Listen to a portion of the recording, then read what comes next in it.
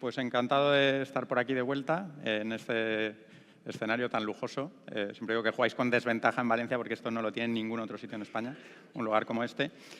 Entonces, bueno, hoy me habéis pedido que hable un poco de volatilidad de precios. Voy a tratar de dar un poco de contexto al sector. Yo entiendo que vuestras preocupaciones son el tramitar proyectos, que entiendo que es un auténtico dolor de muelas, y no estar a qué pasa con el gas, con Rusia, con Gaza, con qué pasa cuando vayamos metiendo potencia de distintas tecnologías, cómo afecta a todo, y ya sabéis que es a lo que estamos nosotros, a tratar de ponerle números a cada una de las incertidumbres y sobre todo a cómo quedan todas ellas juntas.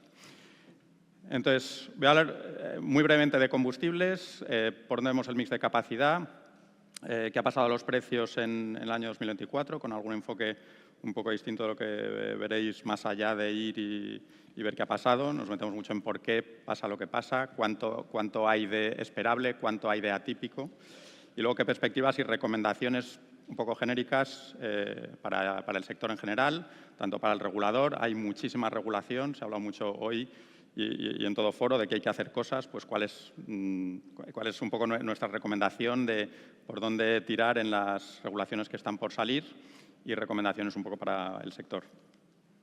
Diré, bueno, que no vengo tanto, me decís mucho, por favor, dinos que el precio va a subir. Yo no vengo a decir, no vengo a hacer, ni a regalaros los oídos, ni a decir cosas en las que no crea, pero sí que vengo a ser constructivo y útil. Y creo que lo saben bien. Creo que la referencia de precios que damos tiene mucho impacto para muchas cosas y nuestra manera más honesta de hacerlo bien es decir lo que creemos que va a pasar y eso sí, siempre, por supuesto, con el ángulo constructivo y positivo, pero sin salirnos de que los números son los que son. Un repaso al gas. Ya sabéis que hemos tenido gas absolutamente disparado en los años 2022 y 2023. Lo que dejó de venir de Rusia no está llegando a nadie más en el mundo. Por tanto, gas disparado, sobre todo en el 22. Está metiendo muchísimo gas, muchísimo GNL Estados Unidos. Ya dije hace un par de años que pasase lo que pasase, el faltante estructural iba a durar no mucho menos de 4 años y mantenemos exactamente lo que ya se veía hace unos años, que es que el mercado no se va a equilibrar hasta más o menos el año 2027, por la cantidad de GNL que está viniendo de varios países. Incluso esta bajada que tuvimos a principios del 24 por un clima muy cálido, ha sido, digamos, algo coyuntural dentro de este faltante estructural. Por lo tanto, ya veis que estamos volviendo, prácticamente hemos duplicado precios entre principios y final de año. El gas va a seguir muy caro en el año 2025, bastante caro, tirando a muy caro en el año 2026 y se empezará a ajustar probablemente entre el 27 y 28. Llamo muy caro todo lo que sea más de 30 euros. Una franja razonable de un mercado equilibrado mundial está entre los 20 y los 30. A día de hoy estamos en 50, por lo tanto, gas muy caro, un par de años más. El CO2, llegamos casi a tocar los 100, según nuestros números, mucho por componente especulativa, porque los derechos de CO2 se pueden vender y canjear redimir dentro de varios años. Por tanto, pensamos que fue transitoriamente alto cuando tocamos esas cifras. Hoy estamos en niveles más bien en torno a 70. Y aquí, de nuevo, nuestras previsiones, hacemos mucho trabajo fundamental de entender por dónde van a ir las emisiones, la emisión de derechos. De hecho, hay una senda política que es conocida, cada vez hay menos derechos en circulación, luego el precio pensamos que va a seguir subiendo, de hecho, bastante. Con lo cual, los próximos 2 o 3 años creemos que volveremos a los 100, rebasaremos los 100 antes del año 2030 y subiremos bastante por encima de los 100 euros porque es el fundamental de coste que viabiliza tecnologías de emisiones negativas, como la captura y almacenamiento. Por tanto, gas caro, CO2 caro también, con distintos momentos, ¿no? Gas de momento caro y bajará, el CO2 subirá antes de los años 30, probablemente en los próximos 2 o 3 años. Con lo cual, para la tecnología solar, un driver de precio, desde luego, alto.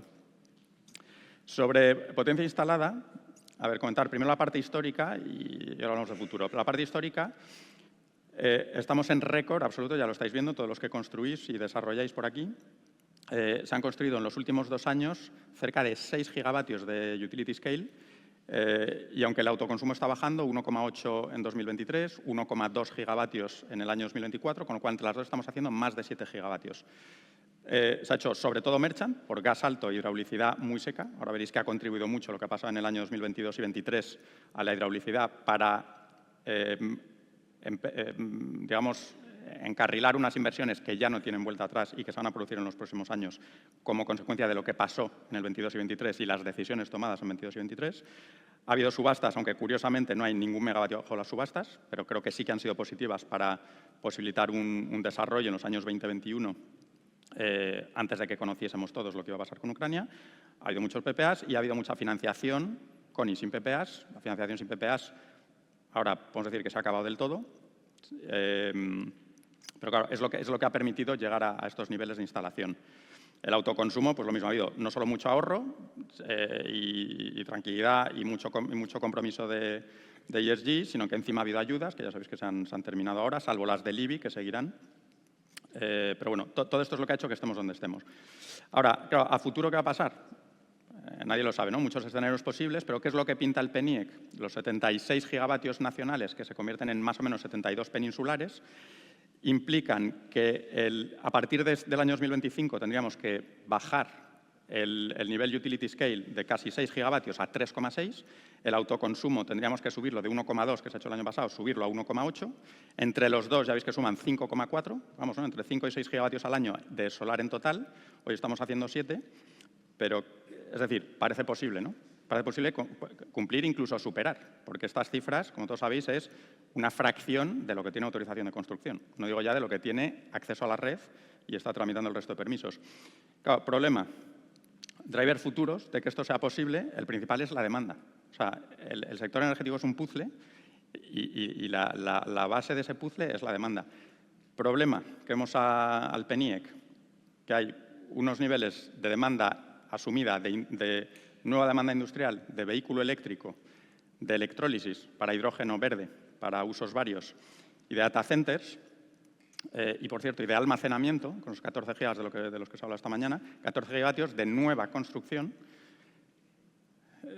Claro, os va a asustar un poco, pero si sumas el diferencial que nosotros esperamos de demanda en el año 2030, en las horas de sol, estamos hablando de que nuestra expectativa es que el sistema va a tener entre 20 y 25 gigavatios menos de consumo de lo que pinta el PNIEC.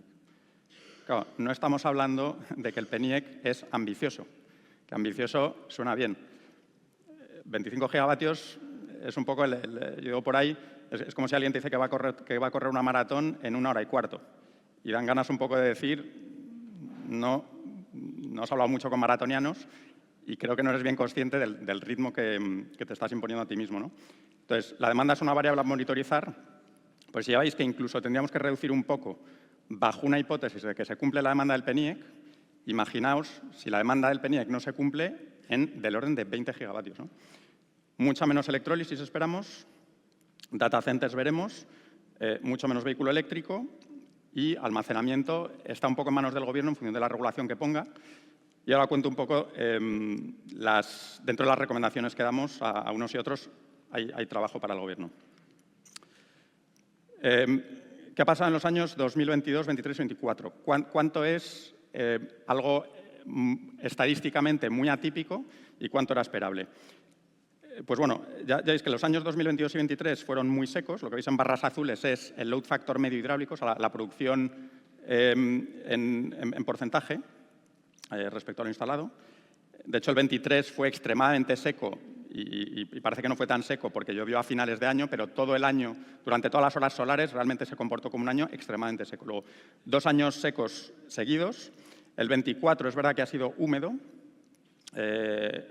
Hemos tenido unos 8 teravatios hora más, entre 6 y 8 teravatios hora más respecto a la media estadística, pero también hemos tenido un poquito menos de viento, probablemente 5 o 6 teravatios menos.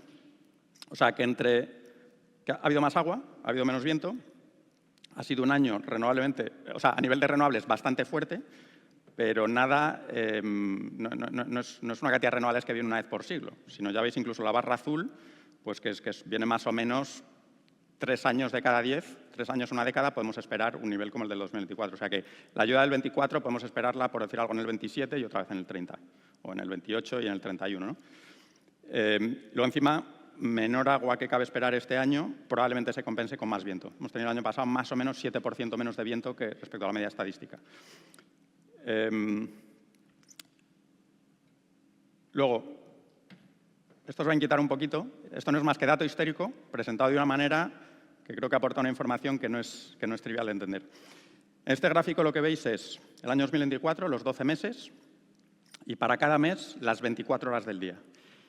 Ese porcentaje es lo que llamamos la frecuencia de horas con precio inferior a 5, que es un poco la referencia que podemos tomar de cuando marca marginal las renovables. Ha sobrado solo viento, ha sobrado renovables que no estaban casando en mercado diario y estaban marcando precio. Entonces, ¿qué es lo que se ve aquí? Bueno, y una separación adicional que es business day, non-business day, ¿no? El marrón, fines de semana, básicamente, en azul discontinuo, días laborables. El agua afecta la primera mitad del año, más o menos hasta mayo, y parte de esa frecuencia de vertidos tan alta la explica que haya sido un año muy húmedo. Pero claro, a partir de mayo da igual lo que llueva, porque todos los años se comportan muy parecidos. No tiene especial relevancia la hidraulicidad de principios de año sobre la segunda mitad. Entonces, ¿qué es lo que veis aquí? Que tenemos algo bastante estructural los fines de semana, hasta que llega noviembre y diciembre, por motivos evidentes hay menos sol y encima la demanda sube mucho. Entonces, lo que tenemos es una situación bastante estructural que no tiene nada que ver con la hidraulicidad del año, en que los fines de semana en horas de sol llegamos a precio bajo y los días laborables no. Claro, ¿por qué se da esto? Porque tenemos una demanda del orden de 5 gigavatios más alta un día laborable frente a fines de semana. 5 gigavatios. Es el delta para llegar a saturación en que el precio cae de ciclo combinado marginal a renovable marginal. 5 gigavatios. Estamos instalando 7 gigavatios al año, es la inercia. El apuntamiento que hemos tenido ahora, el año pasado, que ha caído bastante, de 80% más o menos a 68%, se debe a que estructuralmente hemos pasado a tener vertido esos fines de semana fuera de la primavera. No hemos tocado saturación en los días laborables. Es decir, al apuntamiento le queda margen de bajada. Es difícil que no entremos en los próximos años en laborables, precio marginal, marcado por renovables en esas horas solares. Aquí lo que quiero mostrar es, se hablará mucho de curtailments y básicamente las próximas diapos simplificarían que no os preocupen demasiado los curtailments. Aquí lo que se ve es, a título ilustrativo, que pasa un día de mucho sol, si no recuerdo es un fin de semana. O sea, que no todos los días son así. Digamos que es un día malo de muchos precios bajos, ¿no? Fin de semana. Entonces, lo que se ve es, todo lo que veis en la línea discontinua son los precios del día, que veis en la escala de la derecha. Como veis, precio cero desde las 9 de la mañana hasta las 6 de la tarde. Todo lo que veis en gris, arriba del todo, es lo que llamamos vertido por mercado, generación que ha ofertado a 1 euro, 2 euros, lo que sea, y ha quedado fuera de mercado diario porque no había demanda para ello. Luego lo negro, esa línea finita negra es generación que sí ha casado en mercado diario, pero que Red Eléctrica ha tenido que reducir en restricciones, o sea, por un asunto local o para compensar que hay que meter algún ciclo combinado por control de la red, y si metes ciclo combinado hay que bajar algo de renovables. Entonces, como veis, hay una cantidad relativamente pequeña de vertido por mercado, hay una cantidad todavía más pequeña de lo que llamamos vertido técnico o curtailments, que se ha puesto muy de moda esta palabra, y luego hay muchísima energía que se ha vendido, pero a precio cero. Entonces, si no tienes PPA, realmente tanto el amarillo con rayado como el negro como el gris están básicamente en una situación muy parecida. Luego, ni el volumen de vertido por mercado ni el vertido técnico son muy grandes y encima el valor económico del vertido técnico en un día como este es cero. Es decir, te da igual verter o no verter porque estás en mala situación en todos los casos. Vas a ganar dinero con los primeros rayos de sol y con los últimos. Aquí lo que mostramos es un poco lo mismo, la idea de que no importan tanto los vertidos como el precio capturado. En el gráfico de arriba, si fijáis ahí, hay un montón de barras, el porcentaje de vertido por mercado, el porcentaje de vertido total, o sea, cuánto recurso al final no ha entrado en el sistema por un motivo o por otro, entre lo que no casa y lo que reduce Red Eléctrica. Y a nivel anual, si veis ahí, se ve regular, en 2024 estamos hablando de 2% de vertido total. O sea, se ha integrado un 98% del recurso solar. Y desde ese punto de vista, pues ni tan mal. Estamos integrando renovables muy bien. Es verdad, Red Eléctrica chapó, porque operar un sistema integrando todo esto tiene muchas cuestiones técnicas detrás para que esto sea posible. Pero claro, ¿qué es lo que me dice el gráfico de abajo? El porcentaje de la energía que se ha vendido a precios muy bajos. Ya veis que en el año, por poner algo, 5 euros. Es decir, esto no es más que un suma producto de energía por precio y cuánta energía he vendido cuando el precio estaba siendo inferior a 5. Claro, fijaos que en el año 2024 más o menos 1/3 de la energía ha sido mal vendida. 1/3. Es decir, has ganado dinero con 2/3 de tu producción. Y de nuevo, insisto que seguimos integrando 5, 6, 7 gigavatios al año. Luego, esto a día de hoy no puede sino subir, desde luego si solo entra solar y se mantiene todo lo demás igual. Cierto que, claro, no todo lo demás se va a quedar igual, todo el resto del sistema, van a entrar elementos de flexibilidad y van a entrar vehículos eléctricos, va a entrar algo de hidrógeno, ya he dicho mucho menos de lo que dice el PNIEC, pero va a entrar hidrógeno, sobre todo en los años 30, van a entrar baterías, también con cierto retraso, pero van a entrar gigavatios de baterías, van a entrar coches eléctricos, pero claro, muchos de estos elementos van a venir un poco más allá de 2027-2028, ¿no? La interconexión con Francia probablemente entrará entre el 28 y el 29. Entonces, ¿qué perspectivas tiene el sector solar? ¿Qué me están diciendo aquí? ¿Que esto va a ir todo para abajo? No. He hablado de precios de gas caros, he hablado de CO2 caro. Hablo aquí de que se va a seguir haciendo mucho merchant. ¿Por qué? Porque tenemos unos LCOEs a la baja. 2 minutillos. LCOEs a la baja, tenemos muchos costes hundidos, previsiones, por supuesto que AFI no conoce el futuro y ante previsiones inciertas se va a seguir haciendo. Hay hibridaciones, va a haber PPAs para mucha gente que necesita gigavatios adicionales, como el hidrógeno, por ejemplo, necesitas un PPA con una planta adicional, va a haber subastas, a ver cuántas decide el Gobierno y a ver qué diseño. Creemos que viene con una innovación regulatoria de forzar a que venga con almacenamiento, lo cual es más que bienvenido. Se va a seguir haciendo autoconsumo por varios motivos. Y luego, yo personalmente lo que diría es que tenemos que enfocarnos en drivers indirectos de que venga solar, es decir, no enfocarte en la solar, sino enfocarte en lo que haga que venga más solar, como son el mercado de capacidad que traiga mucho almacenamiento. El mercado de capacidad concretamente va a traer, creemos que, unidades de gigavatio, pero sería bienvenido que haya PERTEs para almacenamiento, otro tipo de ayudas. Mercados de flexibilidad es un concepto un poco vago que se está discutiendo ahora en Europa, pero todo lo que sea remunerar baterías o bombeos por su capacidad flexible de integrar renovables será bienvenido. Yo creo que hacen falta en el sistema del orden de 20 gigavatios de almacenamiento. Creo que se debería superar incluso lo que dice el PNIEC. Sería coste efectivo a nivel de país, pero la regulación no lo permite a día de hoy. Y, por supuesto, atraer mucha demanda. Termino con esta diapositiva enfatizando que recomendaciones para la regulación, enfocarse, obsesionarse sobre todo con el almacenamiento. Creo que ahora no hacen falta subastas solares, sino subastas de almacenamiento. Y hay maneras y hay argumento para ello, pero es verdad que hay que desarrollarlo. Hay que obsesionarse con que venga demanda industrial, no solo conexiones a red. Yo creo que ha hecho un trabajo excepcional la CNMC y Ministerio en todo lo que tiene que ver con facilitar acceso a la red. Al menos están poniendo las piezas para que las redes se remuneren, que se haga buen uso de la red existente, pero luego hay que poner condiciones económicamente atractivas para que esa demanda venga. No basta que tengas la red, tienes que querer hacer uso porque el resto de condiciones sean atractivas. Personalmente recomiendo realismo a un PNIEC que a día de hoy, siento decir que no lo es lejos de realista. Hay varios problemas derivados de no ser realista y ya he dejado entrever alguno.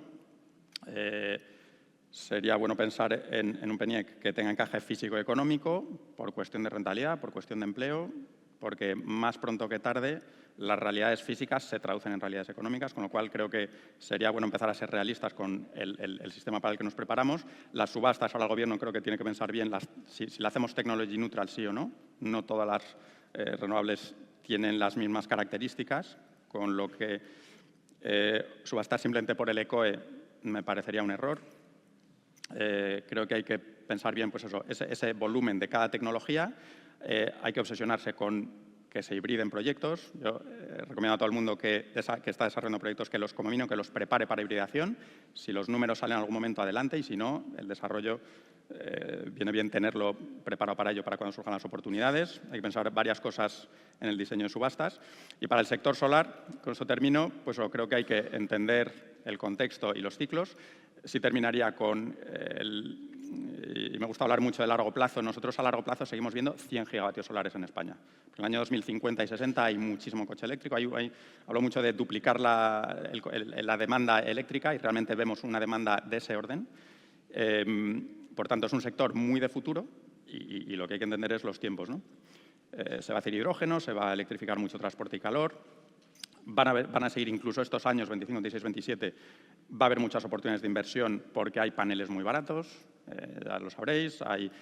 Recomiendo para que los proyectos mantengan costes bajos todo lo que es soterrar líneas, y eso sé que nos lo imponen, o sea, no lo decís vosotros, sino que os lo imponen las administraciones. Creo que todo lo que sea el capricho de soterrar líneas, malo.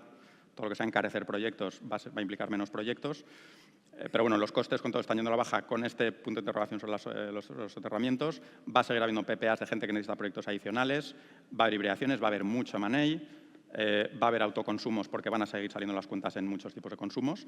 Y termino diciendo que creo que son unos años de adaptación, de diversificación. Va a haber oportunidades a corto, a medio y mucho más a largo plazo. Y encantados de ayudaros a entender cómo adaptarse, cómo diversificarse. Trabajo a ver, pero pues eso, hay que entender este entorno. Encantado de ayudaros a ello. Muy bien, creo que me muchísimas vas algún gracias. minutillo. Gracias. 6 minutos. Gracias. Bueno, espero que haya sido útil. Sí, muy útil y muy interesante. Gracias, Javier.